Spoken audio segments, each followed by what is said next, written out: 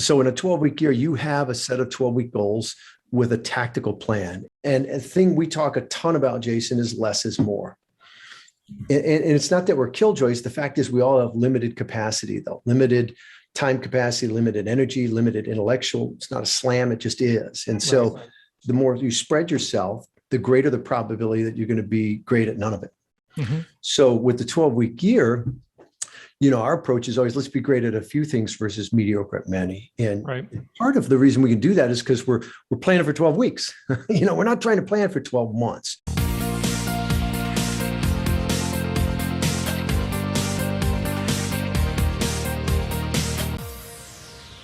It's my pleasure to welcome an old buddy of mine, Brian Moran, to the show. He is the author of The 12-Week Year. Get more done in 12 weeks than others do in 12 months. Brian, welcome. How are you?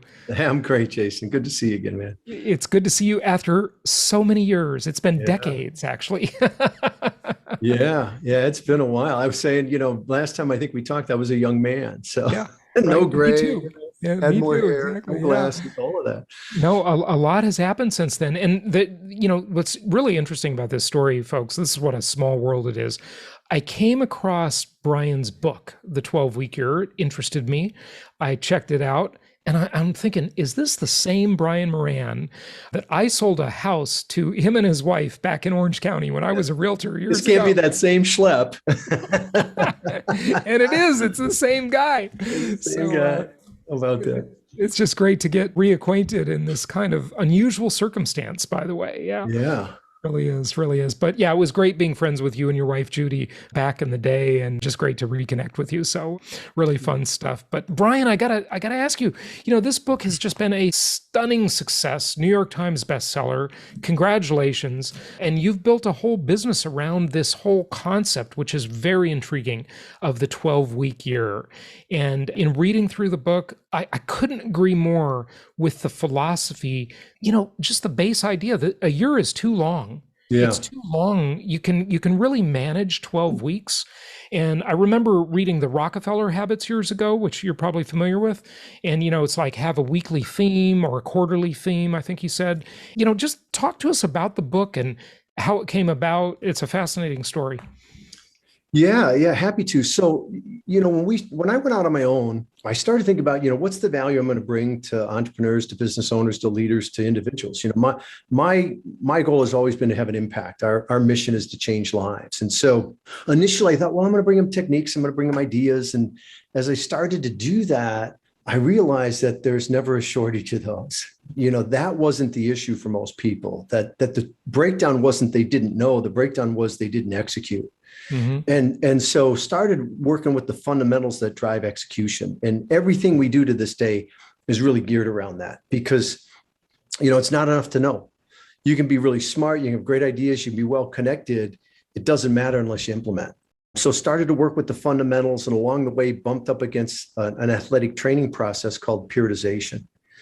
And my business partner, Michael, and I looked at that and we said, that can be the accelerant for what we were doing because of the annual environment, because everybody worked in this annual environment and it was never questioned. You might break it down quarterly, but quarter's still 1/4 of a whole. And so there was this mindset that went along with that. And as we were working with our clients, that's the way we started. We started out doing annual goals and annual plans and breaking them quarterly and monthly and weekly. But we still felt like we weren't getting what they were capable of. And so when we came across periodization, that's where the 12-week year was born. We took that concept, moved it beyond athletics to work, in a business setting and a personal setting. And so our clients work in the context of every 12 weeks as a year, where there's, this healthy sense of urgency, mm-hmm.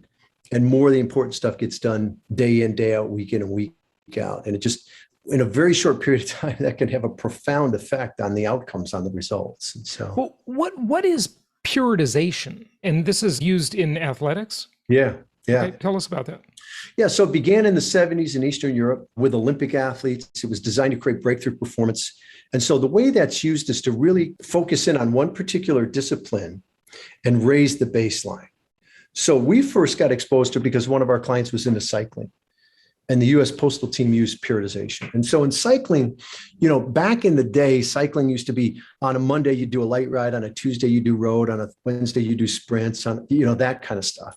Mm-hmm. With periodization, you take one discipline like climbing or sprinting, and you'd work on it for a period of 6 weeks every day. And so you raise the baseline, right? So it was the principles were this focus and intensity around something singular.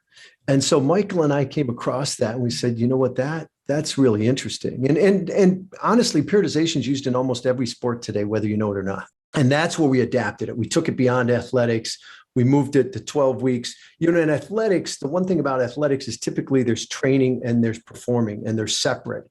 In life, they're not. Right. In life, there's certain activities that you're doing to develop yourself, but it's still in the context of living your life, working your business. And so, we had to accommodate that and account for that. And so that's where that came out of, was that athletic training process that really has had a big effect on people athletically, not only physically, but also emotionally, to handle a higher level of performance.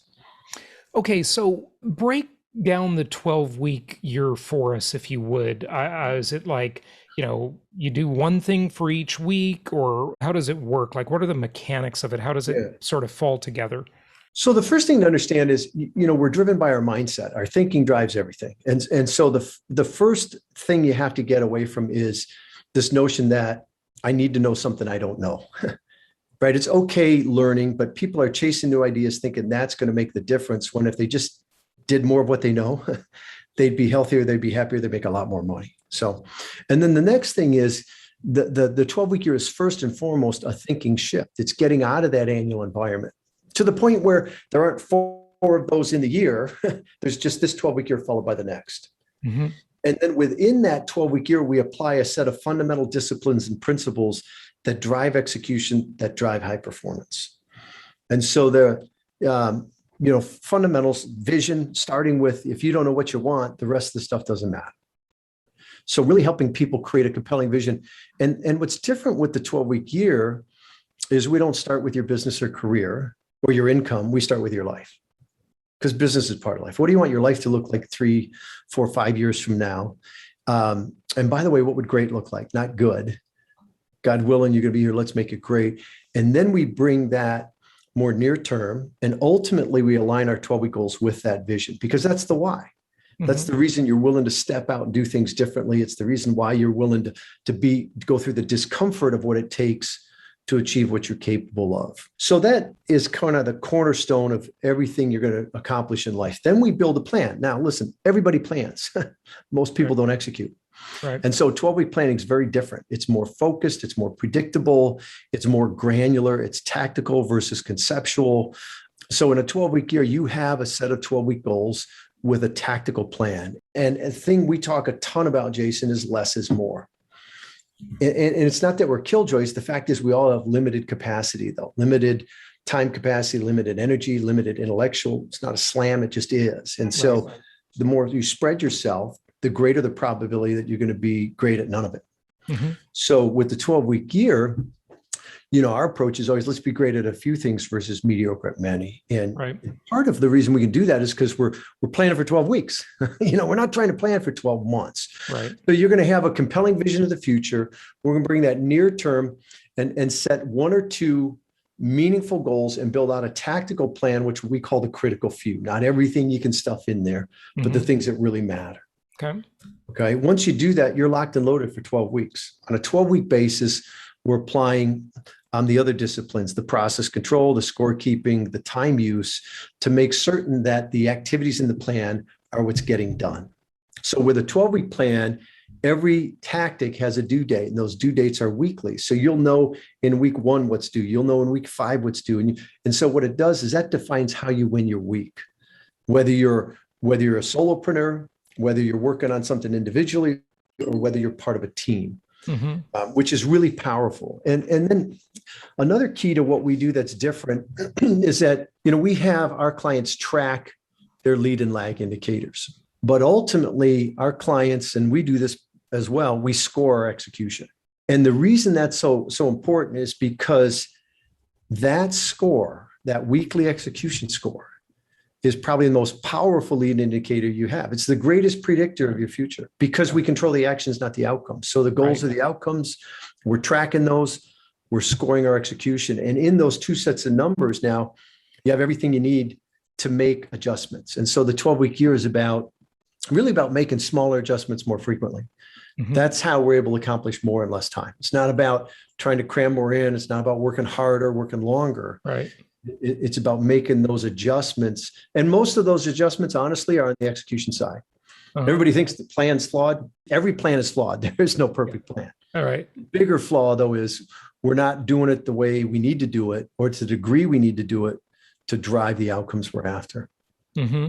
So the execution, I love that. So many of us are attached to the outcome, and really the outcome is not always, but almost always, I'd venture to say, a result of just a bunch of small actions, whether they're completed or not, or how well they're completed or not. And, it's just a matter of doing these steps, right? And then the outcome usually happens out of those steps. But I don't know, it's tough because the dreamers in life, they kind of have these like big goals, but they're just unrealistic, and there's no actual plan to get there. And it's like, okay, here's this big outcome, big vision, great. Okay. But what are you going to do this week? Right. Right. So you get all excited about that, but then you don't act on it. And then you got to go off to another workshop to get all excited again about that. Yeah. Right. I mean, that's the heavy lifting. And for most of us, the heavy lifting isn't physical, it's emotional. How do I get myself to do the things I need to do to live the life I want to live? Mm-hmm. And one of the positives about the 12-week year, but it's also challenging about it, is there's no way to hide from that. When you're on the 12-week year, it confronts you with that every day, every week, right? You don't have to do this stuff. Right. You only have to do this stuff if you want to live this life. The alternative is I can settle for less in life. And so the system will confront that for you time and time again, because we've got the outcomes, but we're really focused on the actions. And to what degree are we doing them? The cool thing is, Jason, as you know, from the success you've had, you don't have to be perfect with the execution. You just got to be consistent with it. Right. And so, with tens of thousands of people on the system, I mean, if you're typically executing at 80% or higher, in most cases, you're going to accomplish the 12-week goals. And we have all kinds of data on that. Mm-hmm. So, you don't have to get hung up on, I got to be perfect, because you're not going to be. Right. Beauty is you don't have to be. Yeah. Yeah. And, what do they say? Perfect is the enemy of done, just do things imperfectly, and then you'll learn how to do them better the next time. That's right. That's right. Yeah. That's the only way you learn. Yeah, absolutely. Yeah. What are some of the mechanics of it, though, in terms of do we use a workbook, a time planner, a piece of software, all of the above? Some of these systems, you get sort of bogged down in the system sometimes, right? Yeah. And that is probably not a good thing, right? Yep. So it really depends on your personality and to what degree you want to embrace it, right? Everyone could just start by setting 12-week goals instead of annual goals. Just narrowing that focus and picking one or two things, maybe one in your career, your business, one in your personal life.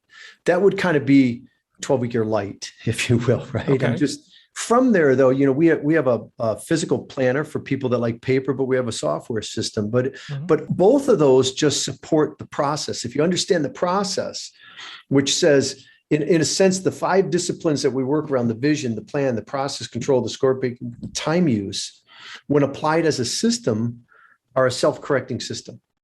Meaning, I don't care how good you are. I mean, we've worked with everybody in just about every industry, Jason, at every level. Yeah. And when people apply it as a system, they get better because it has the fundamentals. If you're thinking, hey, I'm going to be more effective with a plan that's not written, that's bull. It's not going to happen. You're not going to be the exception. Yeah. Right? Yeah. Right. Or I'm going to be more effective with a conceptual plan versus a tactical plan. It's not going to happen.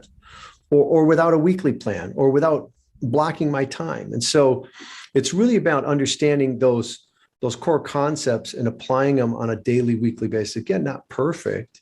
So, whether you're using the paper tool, whether you're using our software, whether you're doing it on a legal pad, the key is that the 12-week plan isn't something you create every week. And your weekly plan isn't something you create every week. The weekly plan is determined by the 12-week plan. Mm-hmm. So my weekly plan doesn't have everything I do. It just has what's due for my 12-week plan this particular week. Mm-hmm. Why? Because That's what's most important. And that's a game changer because that allows me to then let go of everything else because everything else is secondary. Because think about this. I set these goals based on my longer term vision. I said, this is the most important thing I can accomplish this 12 weeks. Mm-hmm. And then I built out this plan that said, these are the most important steps or actions, we call them tactics, to hitting that goal. So by default, and they have due dates. So by default, that's the most important stuff over the next 12 weeks. And when that translates out to a weekly plan, now we know how we win the week and where we should spend our time. And I mean, there is just so much stuff coming at you. And it's constant. I think this gives people a real sense of much more immediate feedback. Whereas when you look at a whole year, you just kind of get lost in this. It's too big a thing, you know, it's just too big. Yeah. Yeah. Amazing. What do you mean when you say accountability as ownership? What does that mean? Yeah. Love that question because that's our next book. So here's the thing. Most people experience accountability as consequences. You think about in society when someone says, hey, we're going to hold this person accountable, it's always for something that someone did that they weren't supposed to do, whether it's an athlete or whatever. And then someone in authority comes in and they punish the person. And that's the way we experience accountability. You look it up in the dictionary. That's the way it defines it. But I think intuitively, we know that successful people are accountable. And so how do you reconcile that? Well, the truth is accountability isn't consequences, it's ownership. And at the heart of accountability is free will choice. You always have choice. Doesn't matter what your situation is, you always have choice. Right. You might not like the choices you have, but you have choice. And that's where accountability resides. It's the recognition that I have choice and then taking ownership of those choices. And in the end, I would argue we choose our consequences, right? You either choose to be successful and have the things you want in life, health, love, relationships, material things, whatever it is, or not, based on the choices you make every day. And then there's a whole nother level of that, Jason, when you talk about leadership, because, you know, every organization we worked in, people talk about holding their people accountable. Right. Which is really, if you think about that and you dig into that, what they're saying is, hey, when they don't do what they're supposed to do, I'm going to come in with a negative consequence. They're going to get in trouble, right? That's not accountability. And you'll never get discretionary effort with that. You get just enough effort to stop the consequences. Right. And so you create this mediocre level of performance in an environment where people dread interacting with their boss and give them just the bare minimum to get by. Right. Right. You know, it's like communism, you know, they pay us enough so we don't quit. We don't revolt, but it's not enough to really do anything with. Yeah. Yeah. Right. Right. And so they pretend they're working. Right. Yeah. Yeah. Are most of your clients and trainings, are they business to business, like corporate type stuff, or business to consumer where you're training people directly? It's a bit of both. You know, when we started mainly in the corporate space because from my consulting background, I was used to selling big projects. So I could meet with like the president of Allstate and they buy for 12,000 people. Sure. And what we experience with that is kind of feast or famine. One year they buy, the next year they don't. Right. And so we moved more to the consumer. And basically in the end, our training was to the individual anyways, right? Because performance is a personal thing. And sure. Most people engage with us for the 12-week year to drive income, to build their career, to build a business. But I would say probably 60+% of them use it in their personal life as well. And in some ways, it almost works faster there. Because think about it, if I want to get in shape, I don't need to get a bunch of other people in on that. Right. But I don't have to convince anyone to buy anything or anything. Sure. And so it's more in my direct control. So right. I can sometimes experience some of the benefits of it faster on the personal side than I do on the career or business side. Yeah, that makes sense because you're the whole committee right there, right? Right. Yeah. I'm the problem and the solution. Yeah. It's always the way it is. Yeah. Sometimes we don't like that, but it's just life, you know. Some of the common pitfalls and any tips for success, you know, just anything you see with your students. You've of course mentioned some, Brian, but I'm sure there's a lot more. So just want to. You know, I think the biggest thing I run into is I think you have to sacrifice to be great.